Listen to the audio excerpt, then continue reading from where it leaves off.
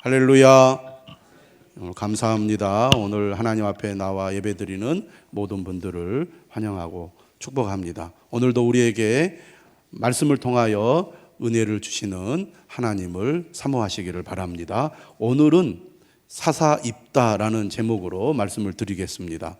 성경을 우리가 읽어보면 중요한 인물들을 소개할 때 대체로 그들을 감추거나 미화하지 않고 있는 모습 그대로 보여주는 것을 보게 됩니다. 그들의 연약한 면, 이기적인 면, 악한 면을 솔직히 드러내고 있는 것이 성경의 특징입니다. 사사기에는 총 12명의 사사가 등장을 합니다. 사사시대는 영적으로 매우 어두운 시대였습니다. 하나님을 끊임없이 배반하고 우상을 숭배하며 악을 행하던 시대였습니다. 하지만 그런 어둠의 시대에도 하나님의 은혜는 어김없이 임하고 있다는 것입니다. 결코 포기하지 않으시는 하나님의 사랑을 우리는 사사기에서도 확인할 수가 있는데요. 12명의 사사 중 6명의 대사사가 나옵니다. 나머지 6명은 소사사죠. 대사사 6명을 우리가 언급해 보면 첫 번째가 원니엘, 두 번째가 에훗, 세 번째가 드보라, 네 번째가 기드원, 다섯 번째가 입다, 여섯 번째가 삼손입니다. 오늘 우리는 다섯 번째 대사사인 입다에 대해서 말씀을 드리려고 합니다. 시대 배경을 살펴보면 이스라엘은 암몬 자손에게 18년 동안 억압을 당하고 있었습니다. 1년도 아니고 2년도 아니고 10년도 아니고 18년 동안이나 억압을 당했으니 얼마나 견디기 힘들었겠습니까? 그러면 이스라엘 백성들은 어떻게 했을까요? 당연히 하나님을 찾을 수밖에 없었겠죠. 견디다 못해 그들은 하나님께 회개하며 부르짖었습니다. 하나님은 이스라엘 백성들이 부르짖어 기도할 때마다 사사들을 통해서 이스라엘을 구원해 주셨습니다. 그렇게 계속 반복하셔서 하나님은 도와주셨는데 이스라엘 백성들도 반복하여 평안해지면 하나님을 배반했습니다. 그러자 이번에는 하나님께서 마음을 단단히 먹으신 것 같아요. 이렇게 얘기를 하세요. 너희가 나를 버리고 다른 신들을 섬기기 때문에 다시는 너희를 구원하지 아니하리라. 다시는 너희를 구원하지 아니하리라. 내가 또 속을 줄 아느냐. 하나님께서 화가 잔뜩 나신 것 같습니다. 그러자 이스라엘 백성들은 어떻게 했겠습니까? 죽을 것 같으니까 포기할 수 없죠. 그들도 하나님 제발 살려달라고. 음향을 원풍기 좀 꺼주세요. 예, 꺼져보세요. 자, 잘 들으시기 바랍니다. 이스라엘 백성들이 이번에는 매우 단호하게 하나님 앞에 나아갑니다. 어떻게 하느냐? 이방 신들을 제거하고 하나님만을 섬기는 결단을 합니다. 과거의 이스라엘 백성들과는 다른 모습을 보여주고 있습니다. 완전히 달라진 거죠. 하나님의 마음이 흔들리기 시작했습니다. 말로는 다시는 너희를 구원하지 아니하리라 하셨지만 이스라엘 백성들이 이방 신들을 제거하고 오직 하나님만 섬기는 결단을 하니까 하나님의 마음이 초조해 주신 거예요. 아이고 저놈들 내가 도와줘야지 가만히 있을 수 없겠다. 성경에 기록되어 있습니다. 이런 상황 속에서 이스라엘은 또다시 암몬의 침략을 받게 됩니다. 문제는 당장 암몬과 맞서 싸울 사사가 없었다는 것이죠. 이때 길르앗 장로들이 찾아간 사람이 누구냐? 바로 입다라는 사람입니다. 입다는 어떤 사람입니까? 입다는 기생의 아들이었습니다.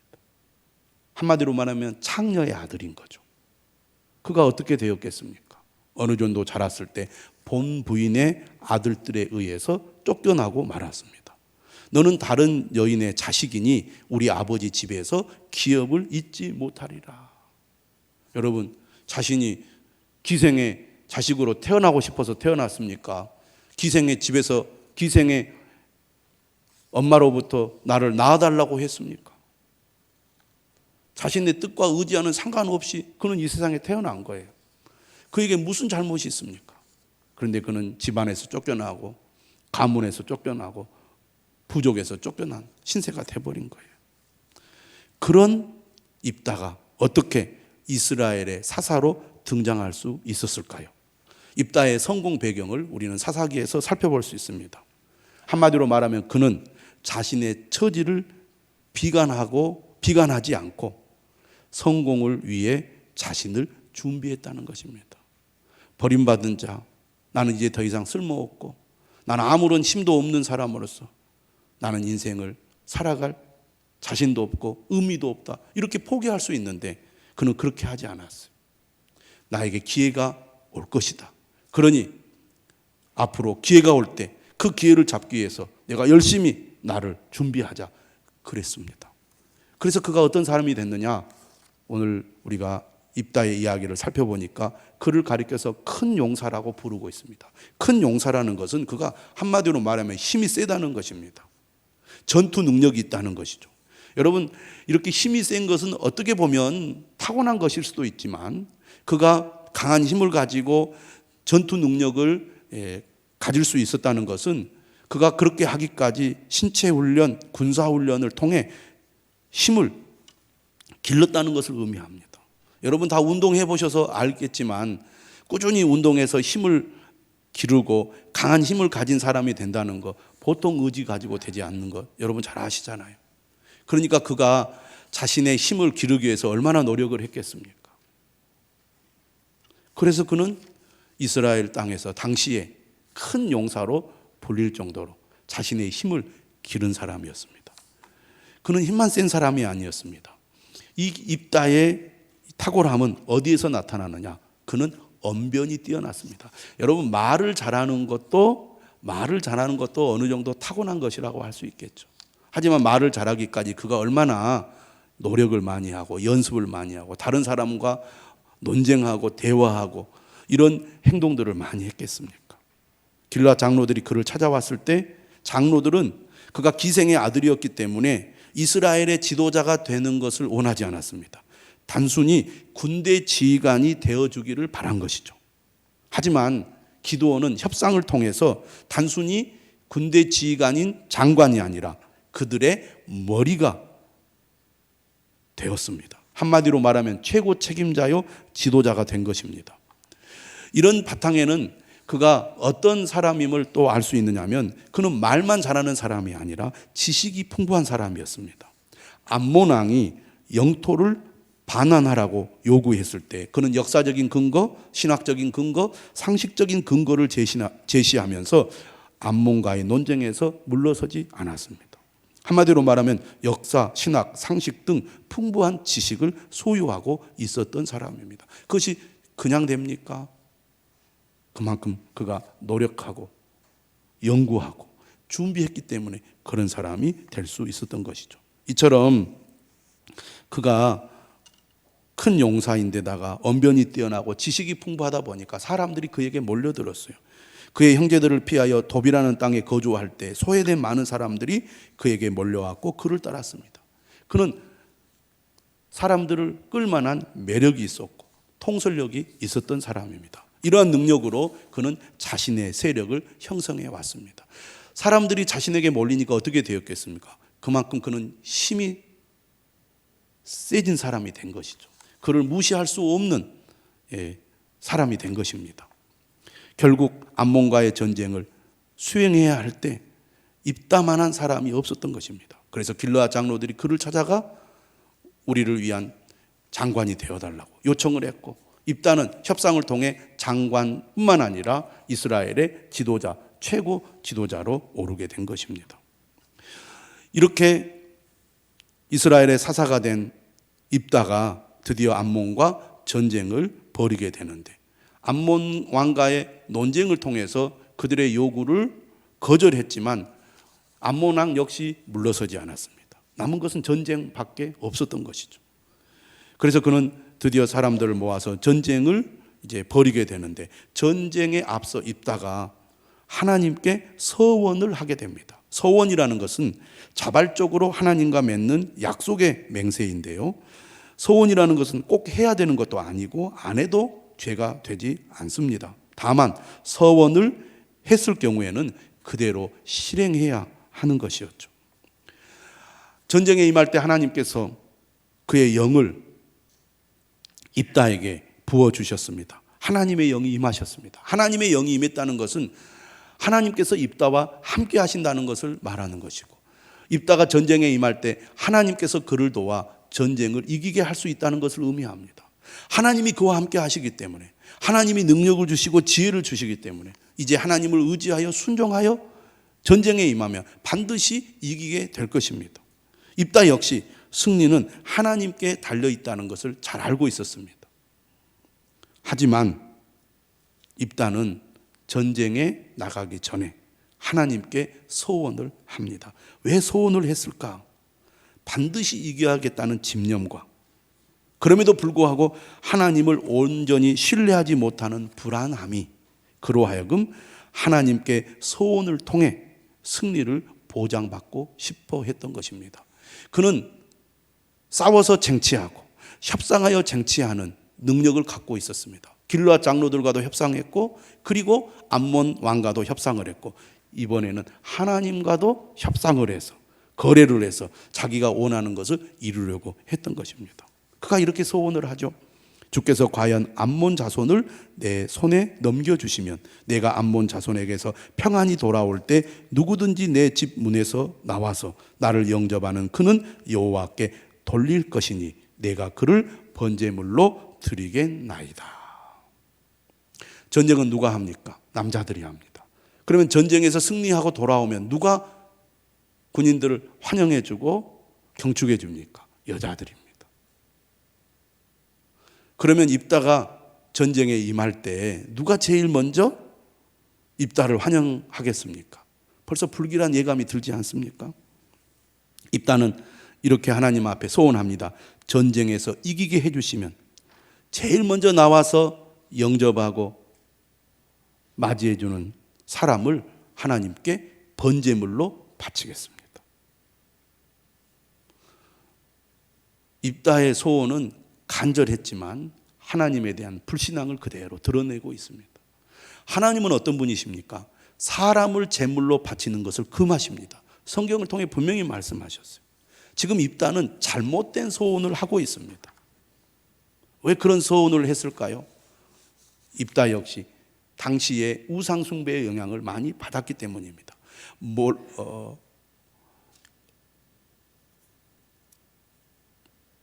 모압의 신 그모스, 몰렉이라고도 하는데요. 이 그모스 신에게는 인신 제사를 드렸던 풍습이 있습니다. 여러분, 사람을 제물로 바친다는 것은 그만큼 간절하다는 것이고 효과가 크다고 볼 수 있지 않겠습니까? 짐승을 제물로 바치는 것보다는 사람을 제물로 바치는 게 훨씬 더 강하게 느껴지지 않았을까요? 하나님과의 거래에서 내가 원하는 것을 얻으려면 짐승을 번제물로 바쳐가지고는 안 되겠다. 저 이방 신들을 믿는 사람들처럼 나도 사람을 번제물로 바쳐야 되겠다. 그런 생각을 했던 것 같아요. 그러나 이것은 하나님의 뜻과는 정반대입니다. 하나님 그것을 금하셨거든요. 그렇게 소원을 하고 드디어 전쟁에 임합니다. 암몬과의 전쟁이 어떻게 되었을까요?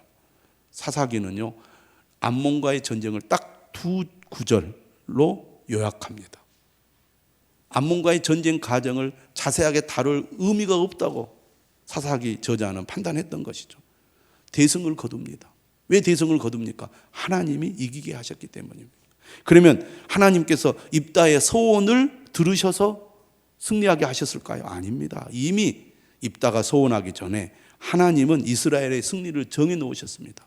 이스라엘 백성들이 간절히 부르짖었기 때문이고 긍휼히 여기신 하나님께서 그들의 기도를 응답하셨기 때문에 입다를 통해 전쟁을 이기게 하신 거죠. 그가 전쟁의 승리 후 돌아왔을 때 누가 제일 먼저 영접합니까? 입다의 딸이었습니다. 어떤 딸입니까? 무남 동료 딸이었어요. 무남 동료가 어떤 딸입니까? 아들도 없고 다른 딸도 없어요. 오직 하나뿐인 그 딸이 그를 영접한 거예요. 그가 그 딸을 보자 이렇게 얘기합니다.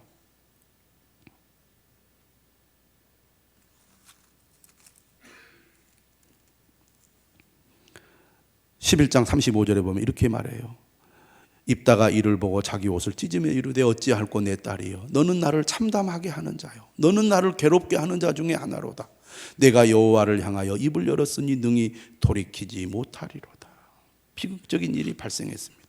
그런데 우리 하나님의 말씀을 보면은요, 잘못된 소원이기 때문에 다른 것으로 소원을 이행할 방법을 찾을 수 있었습니다. 그런데 그렇게 하지 않았어요. 왜 입다가 이러한 행동들을 했을까? 우리가 곰곰이 생각을 해보면 그가 어렸을 때 받은 상처가 그에게 많은 영향을 미쳤다는 것을 우리가 알게 됩니다. 그는 어렸을 때 아무 잘못도 없는데 쫓겨나고 버림을 받았어요. 사람에 대한 불신, 믿지 못하는 마음이 그에게는 있었습니다. 어렸을 때 그 버림받은 상처 때문에 사람을 잘 믿지 못하고 더 나아가 하나님도 믿지 못하는 겁니다. 하나님의 약속을 신뢰하지 못하기 때문에 그 불신에서 하나님과 거래를 하고 소원을 통해서 반드시 내가 원하는 것을 얻으려고 했던 겁니다. 뿐만 아니라 그에게는 지기 싫어하는 마음이 있었어요. 내가 힘이 없어서 버림받고 쫓겨났는데 내가 이제 힘을 기르면 누구와 싸워서도 내가 지지 않겠다. 반드시 싸워서 내가 승리하겠다 하는 그 승부욕이 그에게 있었던 것입니다. 그래서 협상을 통해 자신이 원하는 것을 얻어냈고 맞서 싸우기를 좋아했으며 말싸움도 잘하게 된 것입니다. 뿐만 아니라 비난받기를 싫어했어요. 그는 어렸을 때부터 너는 기생의 아들이라고 비난과 조롱을 받았습니다. 그가 이제 힘을 가져서 권력을 갖게 되었습니다. 그가 군인들을 이끌고 전쟁에 나가 승리를 했어요. 그가 전쟁에 임할 때 뭐라고 했습니까? 내가 전쟁에서 승리하고 돌아오면 제일 먼저 영접하는 자를 번제물로 바치리라. 그가 사람들 앞에서 약속하지 않았습니까? 지도자가 한 입 가지고 두 말을 한다. 약속을 지키지 않는다. 자격이 없다. 그런 말을 듣고 싶지 않았던 겁니다. 그래서 잘못된 소원을 바로 잡으려고 하지 않았습니다. 그는 누구보다 논쟁도 잘했고 말에 자신이 있었는데 그 말 때문에 결국 무남 동료 딸을 잃고 말았던 것입니다. 어렸을 때 받은 상처가 치유되지 않아서 그가 현재의 그의 삶에 부정적인 영향을 끼친 거예요. 더 나아가 그는 위협과 조롱을 참지 못하는 사람이었습니다. 오늘 본문은 에브라임 사람들이 그에게 쫓아옵니다. 12장 1절을 보시면 그가 이렇게 얘기를 해요. 네가 암몬 자손과 싸우러 건너갈 때 어찌하여 우리를 불러 너와 함께 가게 하지 아니하였느냐. 우리가 반드시 너와 내 집을 불사르리라. 에브라임 지파, 교만함과 욕심이 가득 찬 지파입니다. 세월이 흘러도 우월함과 교만함이 여전함을 보여주고 있습니다. 에브라임 지파의 이런 행동 이면에는 기드온 때와 마찬가지로 전쟁의 공을 차지하려는 욕심과 지파를 장악하려는 권력욕, 그리고 전리품을 챙기려는 속셈이 있었습니다. 에브라임은 우리가 반드시 너와 내 집을 불사르리라 이렇게 말하면서 입다에게 협박까지 했습니다. 에브라임의 태도는 기드온 때보다 훨씬 더 위협적이고 공격적이었어요. 이에 입다는 이들의 주장이 사실이 아니라고 반박을 합니다. 결코 물러서지 않아요. 논쟁에서 지지 않습니다. 말싸움에서 지지 않아요. 이렇게 얘기를 합니다. 내가 너희를 불렀지만 너희가 나를 돕지 않았다. 나는 사력을 다해 암몬을 치러 건너갔다. 너희가 돕지 않았어. 이렇게 주장을 합니다. 오늘 본문 말씀 보십시오. 이렇게 얘기하죠. 2절에 나와 내 백성이 암몬 자손과 크게 싸울 때 내가 너희를 부르되 너희가 나를 그들의 손에서 구원하지 아니한 거로 나는 너희가 도와주지 아니하는 것을 보고 내 목숨을 돌보지 아니하고 건너가서 암몬 자손을 쳤더니 여호와께서 그들을 내 손에 넘겨주셨거늘 너희가 어찌하여 오늘 내게 올라와서 나와 더불어 싸우고자 하느냐. 한번 나와 싸워보겠다는 거냐. 기드온 때는 어떤 일이 있었습니까? 에브라임 사람들이 미디안과 전쟁에 참여하지 않았습니다. 전쟁의 끝에 다 이기고 나서 패잔병들을 쫓는 일에 에브라임이 참여를 합니다. 그리고 나서 왜 우리를 이 전쟁에 참여시키지 않았느냐고 와서 큰 소리 치면서 막 싸움을 거는 거예요. 그러자 기드온이 어떻게 합니까?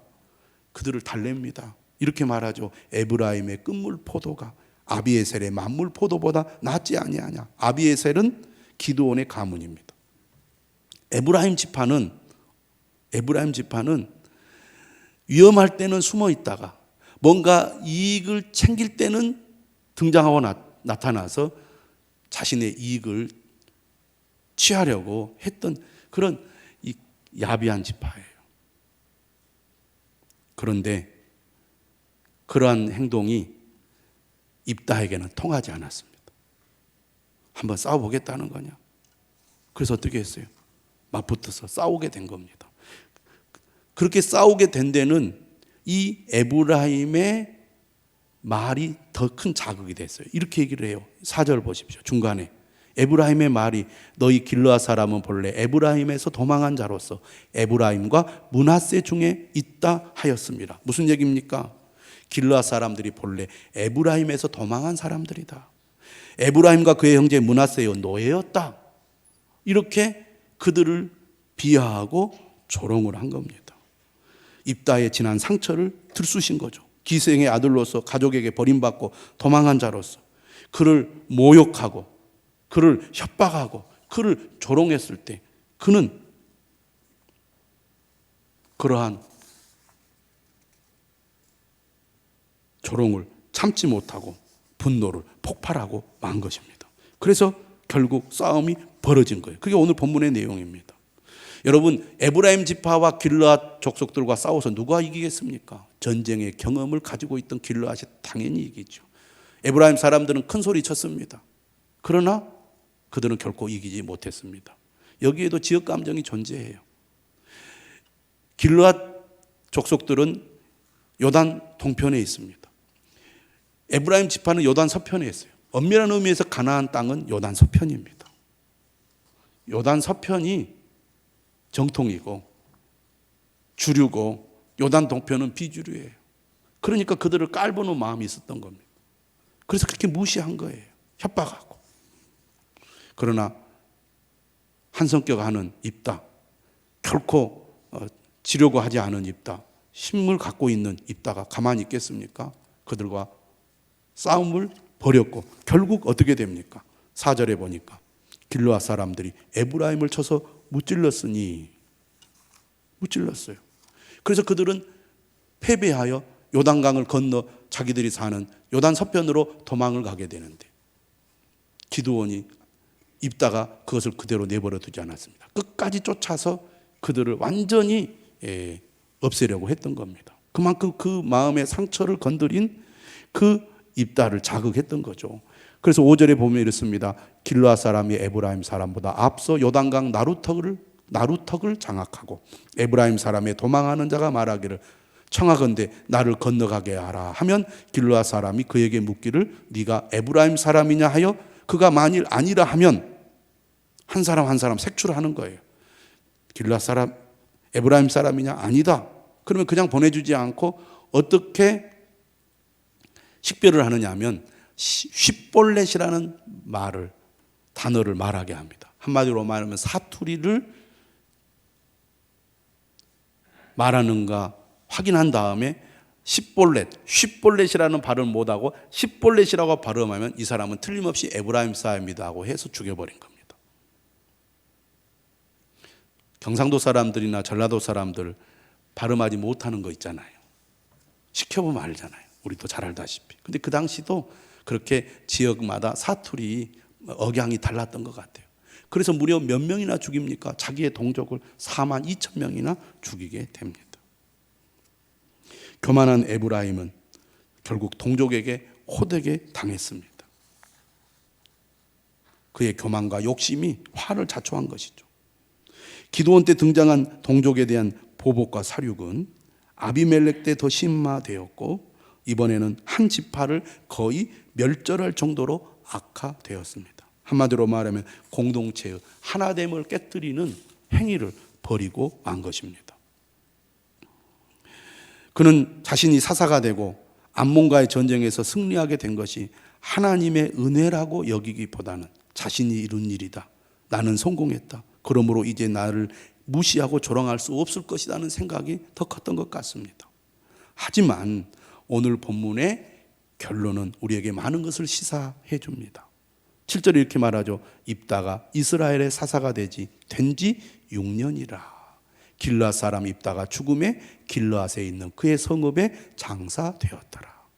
그가 그렇게 노력하고 애를 써서 성공을 거두고 또 그에게 온갖 이업과 조롱을 했던 동족 에브라임 지파를 42,000명이나 죽였지만 그가 사사로 활동한 시기는 고작 6년에 불과했습니다. 하나님의 은혜가 아니면 그는 사사가 될 수도 없었고 하나님의 은혜가 아니면 사사로서의 사명도 감당할 수 없다는 것입니다. 생명은 하나님께 달려있는 것이죠. 하나님의 은혜가 없이는 그 역시 아무것도 아니라는 것입니다. 자신의 힘과 능력으로 자신의 노력으로 모든 것을 이루고 쟁취했다고 그는 생각했을지 모르지만 사실 그가 그렇게 된 것은 전적으로 하나님의 은혜였다는 것입니다. 그가 사사가 되고 전쟁에 이긴 것이 하나님의 은혜임을 깊이 깨닫고 그 은혜에 감사하여 하나님의 뜻을 온전히 따르는 사사가 되었으면 얼마나 좋았을까 하는 안타까움이 있습니다. 여러분, 입다는 하나님의 은혜를 많이 받은 사람입니다. 부족하고 흠없는 그를 하나님께서 사사로 세우셨습니다. 이스라엘을 구원하기 위하여 그를 사용하셨습니다. 더 나아가 암몬과의 전쟁에서 승리하게 해주지 않으셨습니까?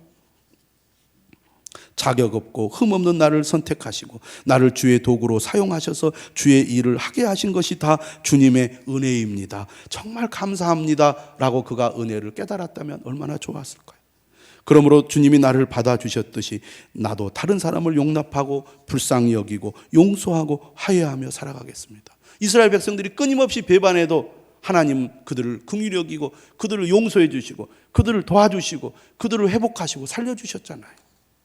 그런 하나님의 은혜를 안다면 나 같은 죄인, 나같이 부족한 사람들은 나를 버리고 나를 차별했지만 하나님은 나를 차별하지 않고 이렇게 사사로 세워주셨으니 나도 그 은혜를 따라 다른 사람을 용서하고 용납하고 화해하고 사랑하며 살아야 되겠다. 그렇게 그가 깨달았다면 얼마나 좋았을까요? 그렇다면 이스라엘의 미래는 밝아지지 않았을까요? 여러분, 우리가 어렸을 때 누구나 마음의 상처를 받을 수 있습니다. 어느 누구도 상처로부터 온전할 수는 없습니다. 그러나 그 어렸을 때의 상처가 어른이 되어서도 그대로 계속 내 마음을 장악하여 하나님과의 관계를 방해하고 대인관계를 방해한다면 반드시 치유를 받아야 할 것입니다. 예수님이 이 땅에 왜 오셨습니까? 누가복음 4장 18절에 말합니다. 포로된 자에게 자유를, 눌린 자를 자유롭게 하려고 오셨습니다. 여러분, 우리의 상처를 하나님께서 치유해 주십니다. 예수 그리스도 앞으로 가지고 나오십시오. 그러면 우리의 상처를 치유해 주실 것입니다.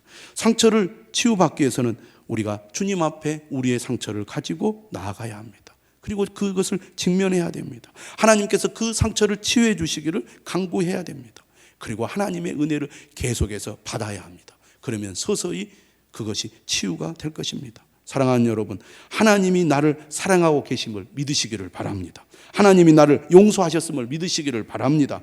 하나님이 여전히 나와 함께 하심을 믿으시기를 바랍니다.